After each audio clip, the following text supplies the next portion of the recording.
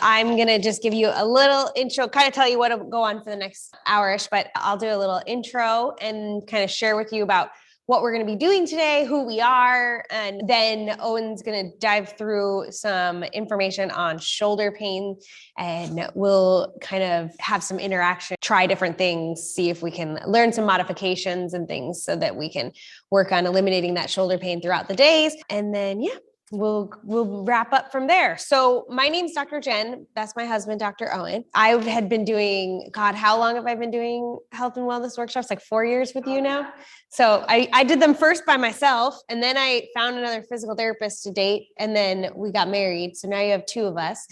But yeah, we just recently got married in March, and we opened up our physical therapy practice October 4th of 2021. We are fitness fanatics. We love working out. We love HIIT trainings. We love hand balancing, calisthenics stuff, rock climbing, acro yoga, things like that. And we love helping people be able to stay active within those things. A lot of times I think we get told, there's nothing else you can do, or this is just how it is. You're just always going to have to deal with this pain. And personally, that was a story I was told. So in 2009, I was in a really bad accident, and I was left with a spinal cord injury, brain injury, brainstem injury, and all kinds of back injuries.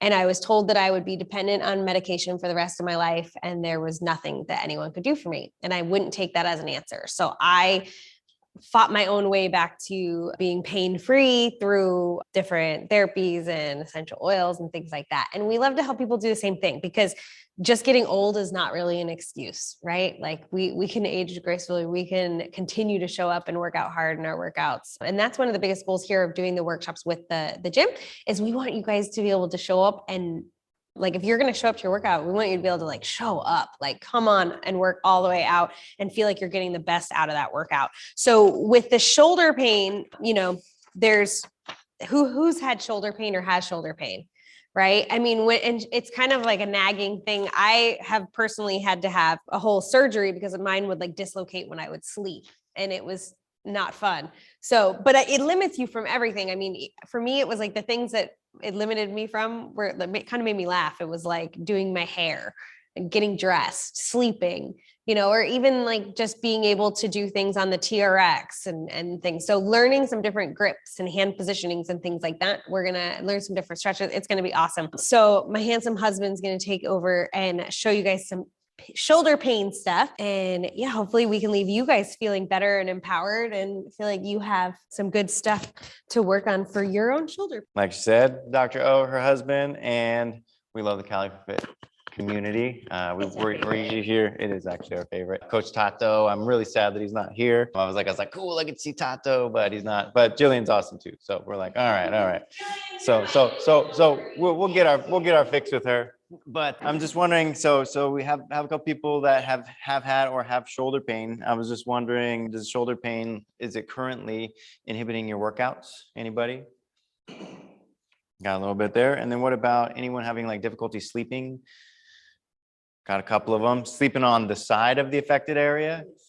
Gotcha. Or like anyone having any issues like reaching back for like objects, or like doing something, you get like a pinch or something? Gotcha. All right. Well, so the shoulder is definitely a very complicated region, and that's why they call it the shoulder complex. Therefore, we're going to teach you some modifications. So like you were talking about having trouble with lifting, Antonio, bench pressing, stuff like that. So we're going to look for something to limit or decrease the pain with that. And some of the other things, decrease range of motion, stretching, kind of proper form, so that you can kind of decrease the inflammation like Chris was talking about, maybe even manage it if you're having troubles with that. So definitely the goal is going to equip you guys with the tools so that you can decrease the inflammation, so that you can increase the range of motion and then get the most out of your workouts. Thanks a lot for showing up here. We're definitely grateful just to have you guys here, because our goal is to help you all so that you guys are able to stay here, stay working out, stay with the Cali for Fit community, because it is awesome, and not have to leave because you're having issues with injuries, because we want you here. So like I was talking about, the shoulder is very complicated. They call it the shoulder complex. When we were in PT school, we spent like almost a full year on it. We spent months and months and months learning about it. This second to the spine, we had a whole semester on just the spine. But next to the spine is the shoulder. So we're going to be covering kind of the most commonly occurred, kind of they call it an insidious onset, meaning it just kind of happens over time. Wasn't related to a direct like injury or trauma. You just kind of woke up one day, you're just like, or you're reaching back and like, where'd that come from? And typically in our clinical experience, that's shoulder impingement. So we're going to be covering that today. As far as some of the other ones, one of the are usually related to trauma, like they call it a foosh. So a fall on outstretched hand. And typically if you fall on an outstretched hand, you fall backwards and boom, a lot of times you'll get some of the more traumatic stuff in here, like broken bones, whether it's your clavicle, whether it's your humerus, whether it's like a Bankart lesion, or whether it's like a torn rotator cuff, which is probably a common one. But usually all that stems usually from trauma.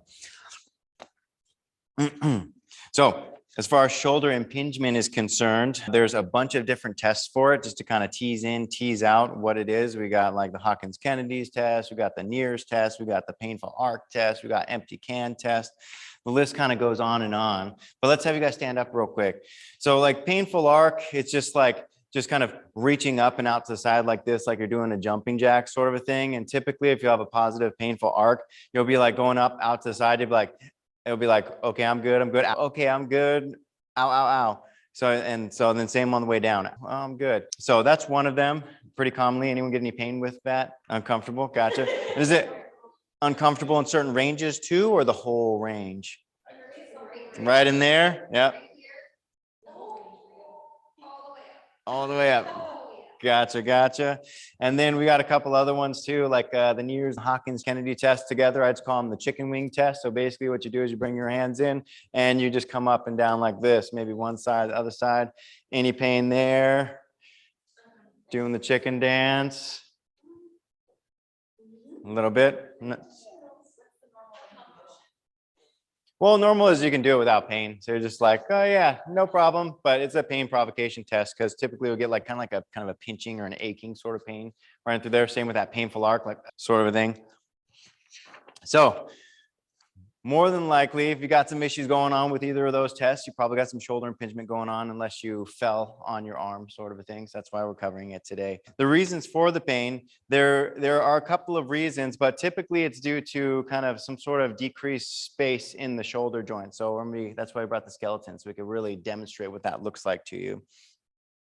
There's all kinds of things that could be getting pinched off up in there. The most common one is the supraspinatus tendon. So the one that's commonly torn, the supraspinatus, one of the rotator cuff muscles, it attaches right here, slips right underneath that acromion, which is this thing right here, and then attaches right at the head of the humerus. Now, that one often gets pinched off. As you can see, that it can get pinched off right up and through there. Sometimes that is the pinching pain. Other times it could be the subscapularis tendon, which comes from underneath here and then comes up along and hooks up through here by the acromion. So some of that subacromial impingement. There's also like a fluid-filled sac, a bursa in there. Sometimes doctors say, you got bursitis. Well, the bursa, it's a fluid-filled sac. It's like a shock absorber. And that can get pinched off in there too. And then not only that, you got a whole bunch of tissues surrounding muscular tissue. You got skin, you got fascia underneath. It looks like cobwebs. Any of those things can get pinched off in there and then give you problems. So why it can get pinched off is also too, just the anatomy. If you look at these two bumps, you got the greater tubercle right here, and then the lesser tubercle right here. Basically, that just means big bump and little bump. And so the big bump, if you have your arm in certain ranges, makes it more likely to be in that space. Sometimes a little bump, but more likely that big bump. As you can see, it's just kind of grinding up in through there. So once you initially get that pinch in there, whatever it is that's getting pinched off in there, it decreases the space in there because it gets filled up with fluid, it gets inflamed, and then you're more likely to keep pinching it. It's kind of like, has anyone ever like bitten the cheek of their mouth and then you keep chewing and then you do it again and again, and then you're just like, oh my gosh, because it keeps getting more swollen, more swollen. Same thing can kind of happen in the shoulder. So one of the goals is to kind of open up to create more space. If you got more space in through there, then you're more likely to be able to go without that pinching pain in through there.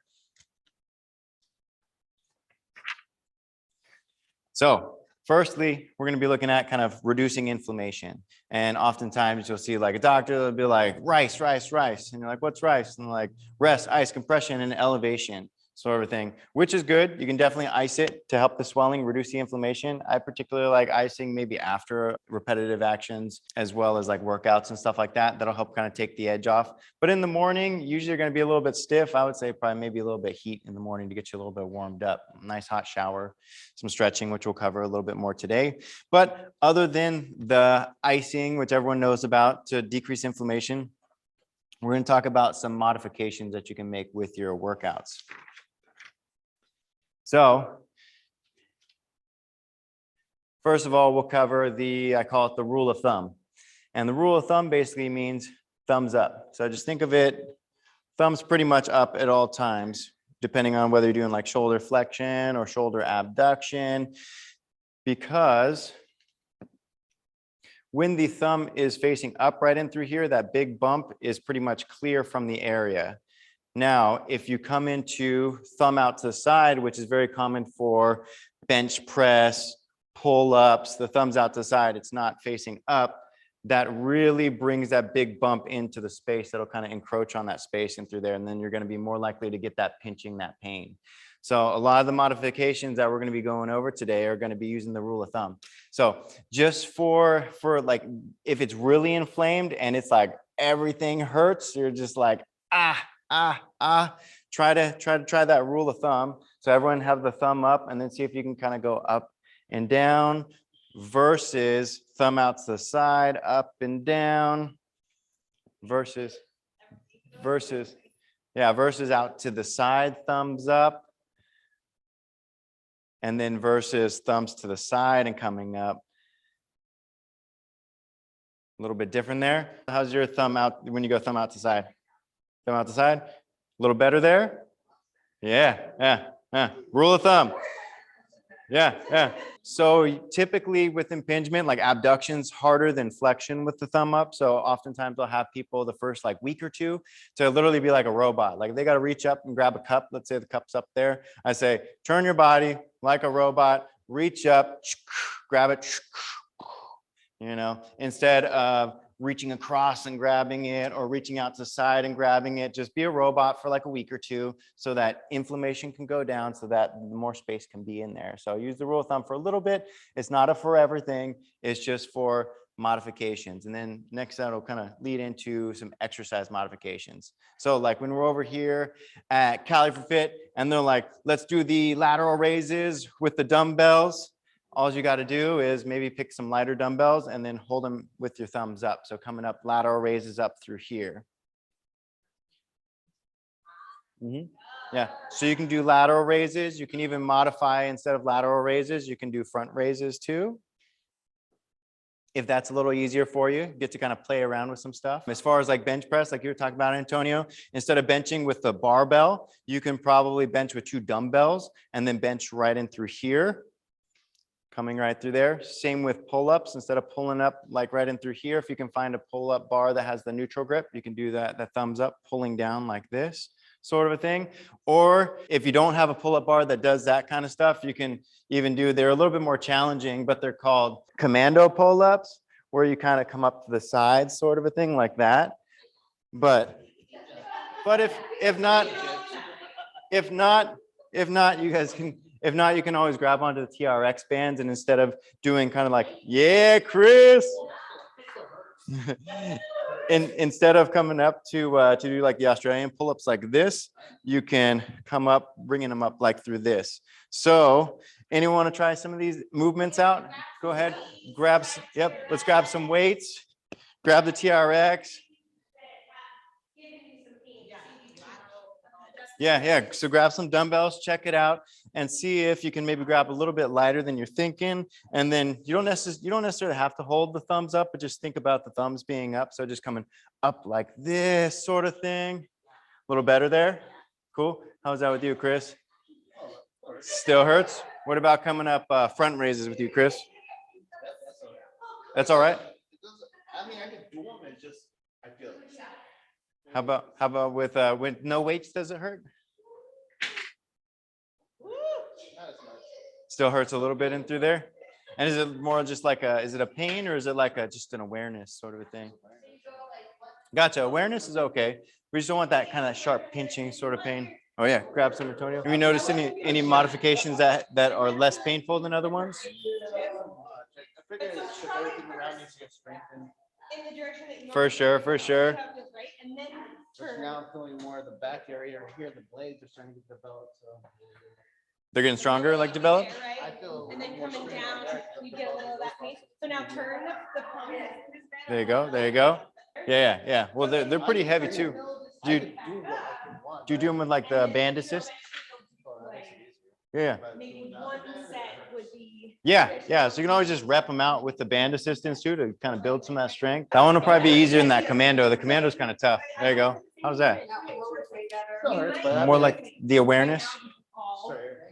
I thought they get used to it now. And then when. No, I gotta hurt a little more. Feeling it there, Antonio? Okay, so then bring it in. There you go. And then how about there? A little better? Yeah. Hell yeah. Hell yeah. There you go. Does that feel better? Nice. You figuring some stuff out?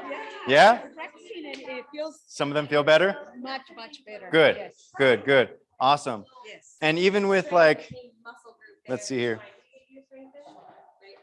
Even like with push-ups and stuff like that, when you're like doing the what's called the finishers and stuff like that, and they're like, let's go beast mode or ultra beast mode, or even anything really, you can always do the push-ups on the dumbbells.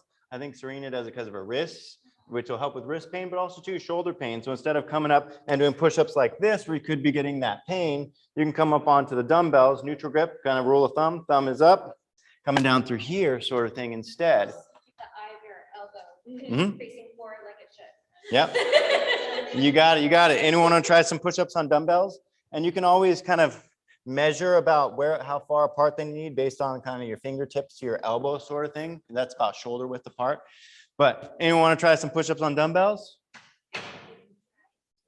Here we go. We got two people. I like your shirt, by the way, Antonio. There you go. How's that? Pretty good. And that's the key. Sometimes these little pains are what keeps us from frustrating. So Yeah. we can make these little modifications. Oh, now my elbow's cracked. It makes a difference to be able to still show up. But that felt way better on the shoulder. Well, very better for the shoulder, yeah. And Hey, you can, maybe start to incorporate some things. yeah, you can do that kind of stuff. Maybe not 20. And so like, and you don't got to feel weird about it either. They don't care, like the coaches and stuff like that. Like I've brought dumbbells out, and I think like even one time, like there was a ladder, and we were having to walk across the ladder, and I grabbed lighter dumbbells because these are going to be kind of heavy, and so I was having to walk across the ladder like this with the dumbbells, and Coach Clyde was like, "What are you doing, Dr. Owen?" And he's like, "You making it harder?" And I was like, "Well, kind of, but I'm actually making it easier for my shoulder." So he's like, "Okay, cool, yeah." So just watch out though when you're bringing dumbbells around that people aren't tripping over them because they can kind of blend in. But other than that, no one's gonna think anything differently of you. In fact, you might start a trend and you might be able to help other people too as well. People are like, "What are you doing that for?" "Oh, because it makes my shoulder feel better." And then they're like, "Oh, let me try it." And they try it, and then they're like, "This feels good." It's like, cool. So one thing that you could do instead of kind of coming overhead press like this, you may be able to bring it in like this, using that rule of thumb, and just doing kind of like military press overhead like that. Go ahead and give that a try instead. Try spinning your wrists here. Yeah, so instead of here, bringing it in. There you go. And if you're still having issues too, like Chris was talking about, he's like, "I'm just learning to deal with this sort of thing."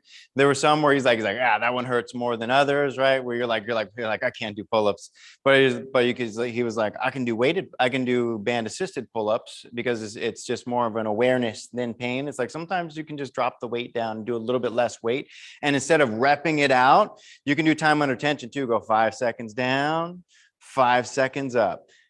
5 seconds down with lighter weights, 5 seconds up, and you will still get that same pump, that same burn, that same delayed onset muscle soreness the next day, the good kind of soreness. You guys can always do that too. Yeah. Little tweaks. Yeah. Make a huge difference. And it's not necessarily for everything, unless you're like, I'm just kind of learning to deal with it. Sometimes if you can get that inflammation to go down, it's like you only do it for, let's say, 4 to 6 weeks. Anyone can do anything for like 4 to 6 weeks.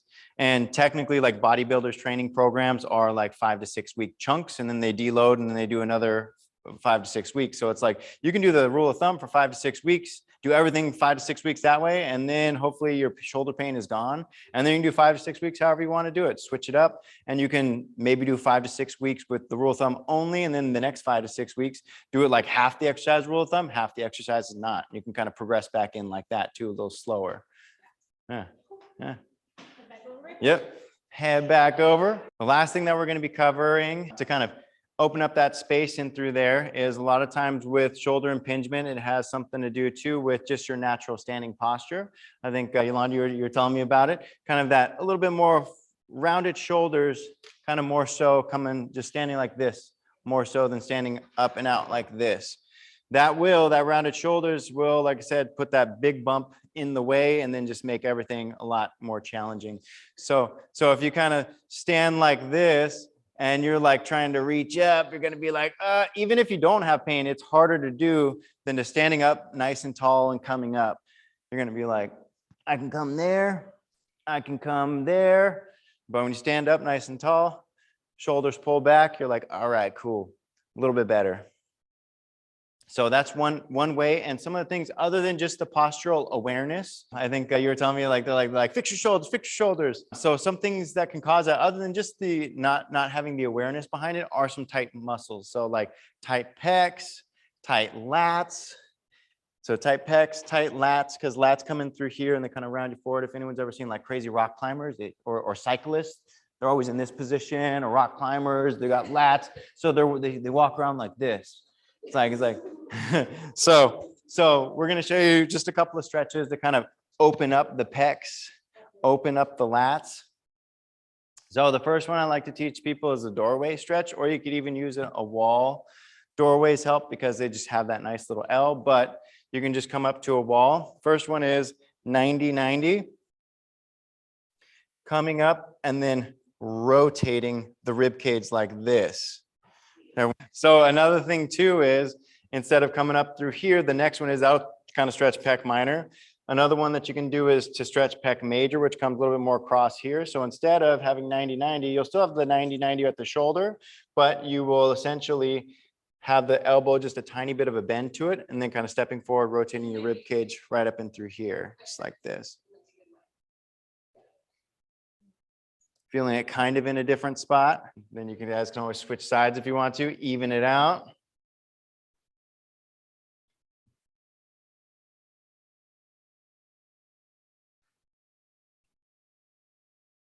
And usually what I tell people, like if you're going to do like a stretching program first thing in the morning, I do one for about 5 to 10 minutes. Usually I'll have people hold the stretches. I do myself for 3 to 5 deep breaths, and that's about 30 seconds. Because yeah, a lot of people are like, stretch 3 sets of 30 seconds. It's like, does anyone actually do that? I've done it like once before, and I was like, I'm not doing that ever again. Just the deep breathing is better. Yep. So, and deep breathing is good for you too. Yeah. Or even as a warm up, if you get to the gym a little bit earlier on, you can do a couple stretches to open up. And like I was telling Yolanda, you can reinforce it by you're stretching this part out. Then you can activate your scapular muscles too by just doing shoulder pinches and pausing for about 5 seconds. And then coming back, shoulder pinch, pause 5 seconds. And that will essentially build a little bit of tone for your workout into your scapular muscles. And just by doing maybe 2 sets of 10 with pausing for a couple of seconds, that will naturally keep your shoulders in that pulled back and down position. Kind of like if you were to do tons of bicep curls, and then you finish up at the gym and you're just like, yeah, killed that workout. And you're like, I can't even extend my elbows all the way because my biceps are so pumped. That's essentially what you're doing. You're turning on your scapular muscles so that they're so pumped that your shoulders don't want to round forward. So it's like you can stretch it out and then you can activate those muscles, and then you probably won't be reminded by Coach Jillian, hey, pull your shoulders back as often if you work on those first thing. And then it'll be easier for all your movements. Okay, awesome, cool. Well, then we do have a little bit of time to go over a shoulder taping technique that we've done an upper body rock tape course. And then so we're just going to demonstrate that again. I think Serena was at that one. I'm pretty sure Chris was at that one too, but we're going to demonstrate again in case you guys forgot. We're going to jog your memory. Yes. So who would like to have their shoulder taped? Serena, come on up. Anybody else? Okay, cool. Come on up, Yolanda. Cool, cool. All right. I believe it's your right shoulder, correct? Cool, cool. So basically what I'll do is I'll kind of measure because you're gonna want it to go all the way kind of around and cross. So that's kind of how you measure, get one side.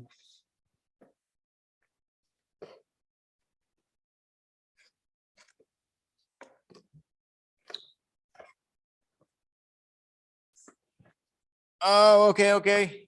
Oh, to me later. You want your shoulder tape? You coming up? All right, come on up, Vanessa. Oh, you have another person? Okay. Oh, yeah. Yeah, I got another pair. Yeah, it usually lasts about 3 to 5 days. You can shower with it on and everything. And then it's difficult to do, But you can do it on yourself. You can do it with just one hand, but it's kind of challenging, but I do it. Sometimes Jen will wake up in the morning and I got some tape on myself. She's like, I have no idea how you did that on your own. I'm like, well, I used the doorway and I kind of did this sort of thing and I got it, but it was challenging and I didn't want to wake you up. Well, I used to have trouble sleeping. So I used to wake up at like 3, 4 o'clock in the morning and I couldn't fall back asleep. So then I would just get up. But nowadays I don't. So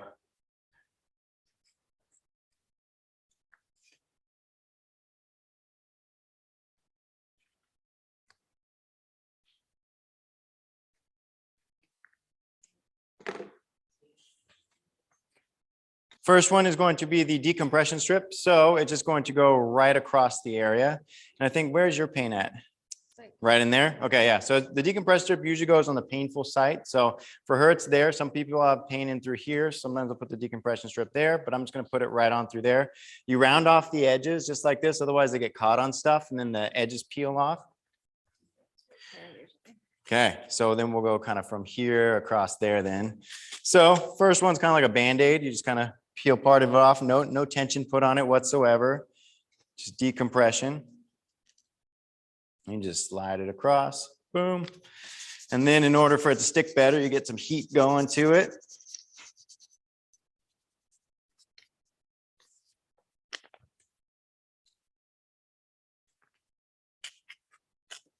Okay, so for the next one, I'm going to be taping around her shoulder. So I'm going to want her to stretch the skin. So go ahead and put your arm behind your back like this, Serena. So long as it's not too painful. If they're like, that's painful, then you can just have them bring it to about right there. But however far they can go back and bring it back is a little bit better. Doing okay here? Okay. Okay. It hurts, but I Okay. Well, we'll just do it real quick then. So you come up to the top. And then coming down.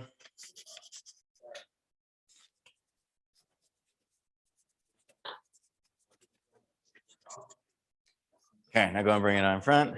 Relax for a second there. Good. Oh, yeah. Yep. We'll do that next. Okay. So then, since we had the stretch in the front, now we're going to stretch it in the back. Back, so bring your arm across your body like that. Good.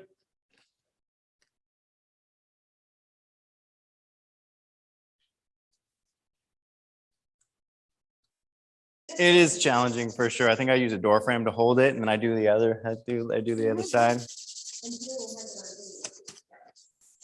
So the cool thing about the rock tape, by taping in these positions, go ahead and bring it back down. Good. Now you got these little crinkles up and through here, which is what you want to see. Kind of you see crinkles here, crinkles up through here. That's from pre-stretching the skin. And since the tape is stretchy, what it does is it lifts the tissues up, increases blood flow to the area, also gets you some pain modulation. And does it feel like your shoulder is naturally pulled a little bit more down and back? Yeah. And also hold your shoulder kind of in that down and back position where you want it to be. Oh, and so since we got the deep blue. Yeah. Yeah. So this stuff right here, the deep blue, interestingly enough, this stuff right here, you can put it on over the tape. And for some reason, it helps the tape stick better. I think what it does is it soaks through and then it gets all in the nooks and crannies of your pores. So I usually just kind of go around the tape, just kind of in the painful area sort of thing. And you want to put some on yourself here, Vanessa? Yeah. Go for it. So put it on the pain. full area, just all around on the tape and around on your skin and stuff. And then we'll pass it around too. You guys can put it on your injuries too. That feels good. Little goes a long way. You can leave it on as long as it'll stay on. So you can shower with it on and everything. Sometimes if it starts peeling up, you can always trim off the edges a little bit. So long as it's giving you that pain relief, awesome. Yeah, I think do I still have anything on my back, babe, or did you get it? I think there's a little tape residue on my back. Jen was scrubbing it last night. Yeah, it was on almost a week. I think I put it on last Saturday. So yeah, you can keep it on as long as it'll stay on. So long as you don't start. Yeah, so just shower, get it wet, it makes it easier, and then just peel it off nice and slow. Don't rip it off like a Band-Aid because it might take some skin with it. So a sunburn feeling or like an itchy feeling, those are all skin reactions. So just remove it, kind of nice and easy if you feel anything like that. What questions you guys have for us? What's that? Okay, so if you've gone too far and you need surgery. Yeah, for sure. So typically there is a test called the drop arm test. And that means, yeah, you probably got a rotator cuff tear for sure. And basically what you would do is you would have someone either help you or you can lift up your own arm sort of thing, put it right there and then let go. And if you can't hold it there and it goes, it's like so painful. It's like, all the way down. It's like that for sure gone so far. But a lot of times too, what they'll do is they'll send you to physical therapy first, and not all physical therapy is the same. Sometimes they'll send you, like Chris knows, the VA. You'll see one person for like 5 to 10 minutes and they'll run off because they got 4 or 5 people an hour they got to see. And I had this one guy from the VA that said he spent most of his time sleeping on the treatment tables waiting for his PT. So everyone's a little bit different. We like to do it. We spend one-on-one time with them. We've gotten to help out with like Serena and Chris and stuff, and it was awesome. So we do one-on-one care, one-on-one attention. You would probably know if you got too far and need surgery, drop arm tests, you tried everything else, nothing else is working, but also too, like, even if modifications aren't working. So you're like, it hurts no matter what I do. Yeah, like and you did the bench press and you're like, yeah, you could even lighter weights, assignment or tension, even do using the rule of thumb, and everything's still just messed up. It's like then you may want to get it looked at.